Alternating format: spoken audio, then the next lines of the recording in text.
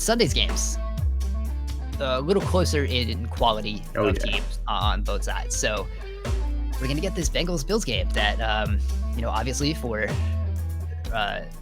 because of the Damar Hamlin injury, we didn't get the full game. So this was a matchup we were very excited to see 3 weeks ago. And I think it's just as exciting now. It's a weird spot because both of these teams didn't play particularly well last week against inferior opponents, but we'll get to the Bills. I think for the Bengals, we kind of talked about it in the beginning. We kind of expected it to be that way because the Ravens defense is just like specifically built to give the Bengals trouble, and it had all season. So it wasn't really, I'm not going to take too much away from like that game and what the Bengals were and weren't able to do on defense, because I think that the Ravens are just perfectly built to combat it. And if they were able to do like anything on offense, they might have been able to win. But we're going into this game now, and the Bills offense is in a very strange place because we've talked about it like all season. In the passing game, it's Stephon Diggs and not much else. Although you do have the Gabriel Davis playoff games where apparently he turns into the best wide receiver in the league once the postseason starts after not doing really much in the regular season. They got something out of the Jamokes on the offense last week. They did a little bit, but they also, had to, throw a lot. And there was a lot of chaos going on in that game. And it's going to be interesting because we've kind of talked about the way to get to Josh Allen a little bit is like blitzing isn't like the cure-all. He's not bad against the blitz, but he's less good. And I think that's kind of where we saw Miami go in that game. So in the second half of that game, when things like really got weird, the 40% blitz rate from the Dolphins at negative 0.90 EPA per play for Allen. And even in like that first half a little bit, there were, he hit some of those deep shots early. And then they got that sack fumble, and that's kind of how you have to live, especially if you were the Dolphins, right? But look at what like Cincinnati does, especially on third down. So we'll talk a lot about like the drop 8 and stuff, but just kind of causing some different looks. So on third downs this year, over the second half of the season, when Cincinnati like really kind of turned it on, they rushed 4 on 52.4% of their third downs, which is 28th in the league.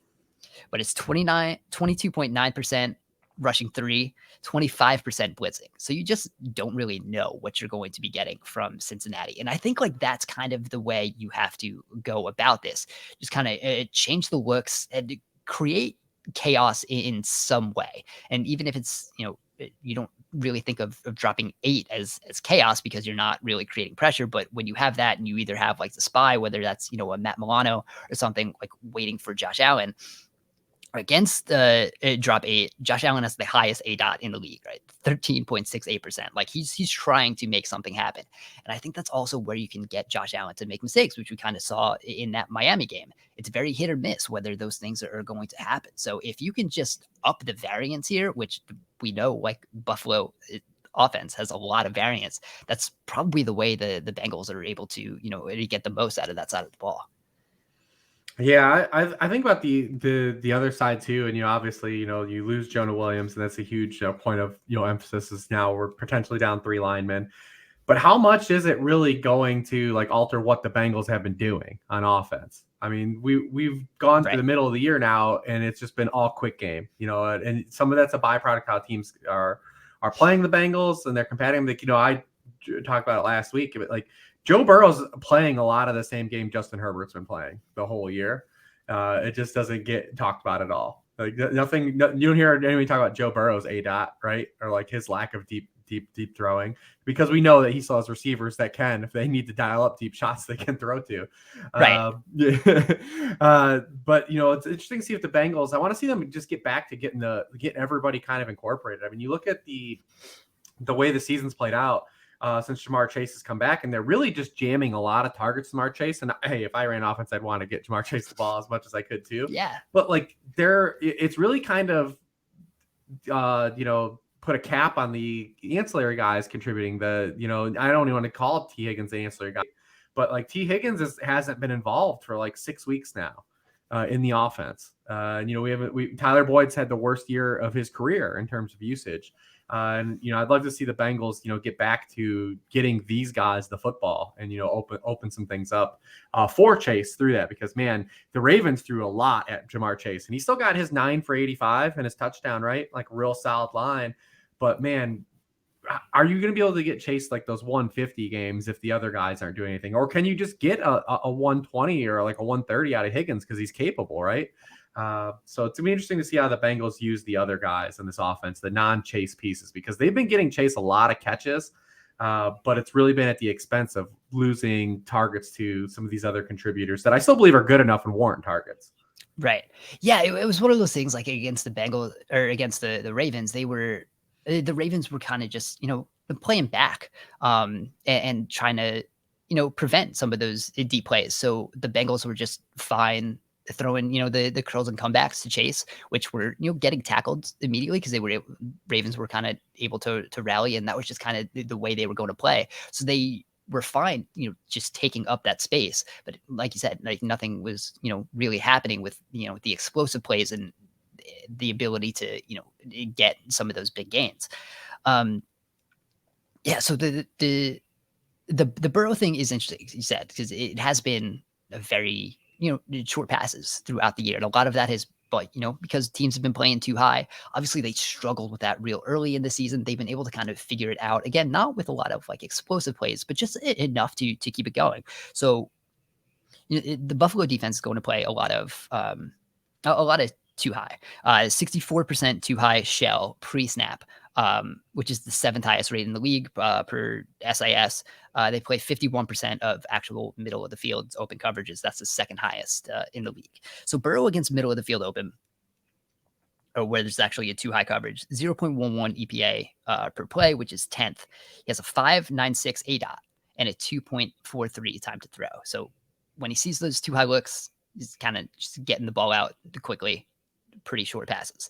Against middle of the field close, a 0.05 EPA per play, which is actually 17th, 7.92 ADOT, so 2 yards further down the field, but 2.33 time to throw. So when he sees single high coverage, he's getting the ball out even quicker.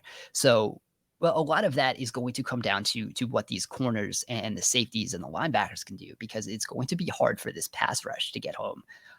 Even with the offensive line injuries, they're just going to be getting the ball out so quickly. But what's been really interesting, like since the Von Miller injury, Buffalo has struggled in that pass rush. They are 26th in pressure rate. They're blitzing at the 18th highest rate since Miller's been out. But they have the 5th lowest time to pressure per True Media. So they're either winning immediately and getting this quick pressure, or they're just not winning at all. So if they are going to win quick, like that's how they can get some pressure on Burrow, but that ball is going to be out just so quick. It's going to be, I can't expect them to be blitzing really like at all. Because the Bengals are just built to get that ball out quick. So it's going to be a very interesting dynamic in how the Bills are going to be playing on that back end. Do they, kind of play like the Ravens, play back a little more, and just kind of hope you can tackle these guys like once they catch the ball and limit the damage that way? Or are you going to be a little more aggressive, kind of man these guys up and try to make some of those throws into tight windows, try to jam them, throw off the timing, and make those passes harder to complete? And I think like that's going to be a very just interesting of how the Bills are planning on doing it that way. Yeah, and the Bengals aren't going to run the ball. They haven't been able to run the ball all year, and they're not going to run it with these 3 offensive linemen out. So it is one of those situations too, where what does Joe Mixon give you? In the run game as well. So yeah, I'm interested though, because this one, this line went the other way pretty quick. The Bengals have not lost a game. They've gone 20 straight games with Jamar Chase playing where they haven't lost by more than 3 points. So So something feels off here still. Yeah, I don't know, man. Yeah, and so Josh Allen sits Thanksgiving 21st in EPA per play among quarterbacks. It's not great. Like there have been some concerns like going throughout this back half of the season.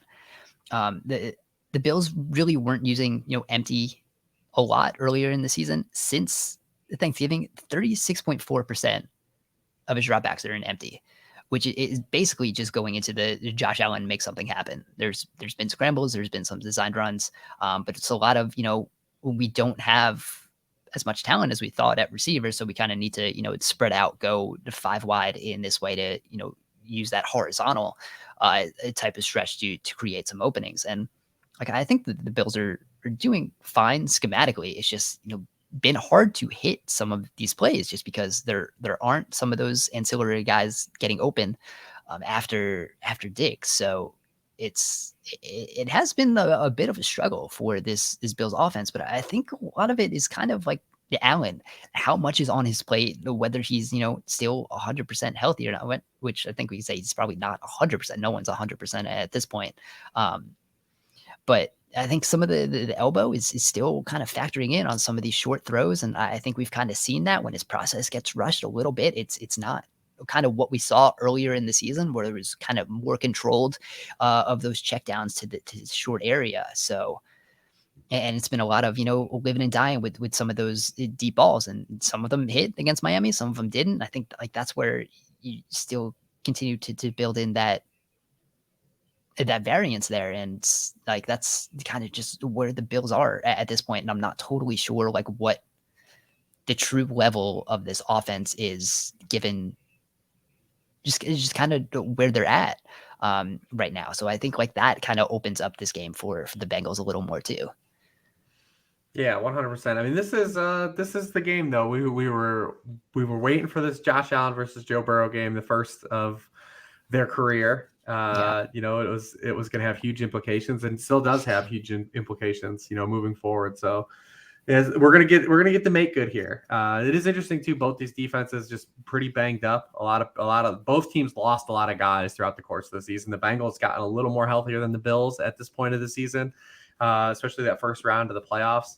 And I just keep going back to, the Bills, if they've had one real weakness defensively, is that they've really struggled to stop wide receivers this year. And the Bengals are like the worst opponent for that, right? It's just, can we get these other guys the football outside of Chase and get those guys? We saw that 2 weeks ago, 3 weeks ago when it opened, Tyler Boyd had the touchdown to open the game, right? Chase didn't even have a catch the first 2 drives. He drew a 30-yard, I think, pass interference on the first or second play of the game, but it was a lot of middle of the field stuff. It was Boyd and Hayden Hurst those first 2 drives, and kind of gave us that inkling like this is what we could be living in. So yeah, let's see how it plays out. Something feels off. I don't know if I'm ready to pick the Bengals just straight up like everyone else, but I mean, I definitely feel like the 5 is off. Yeah, it seems like it's going to be a close game at least, and I just want to watch it. It's going to be good. That's kind of all we want at this point. So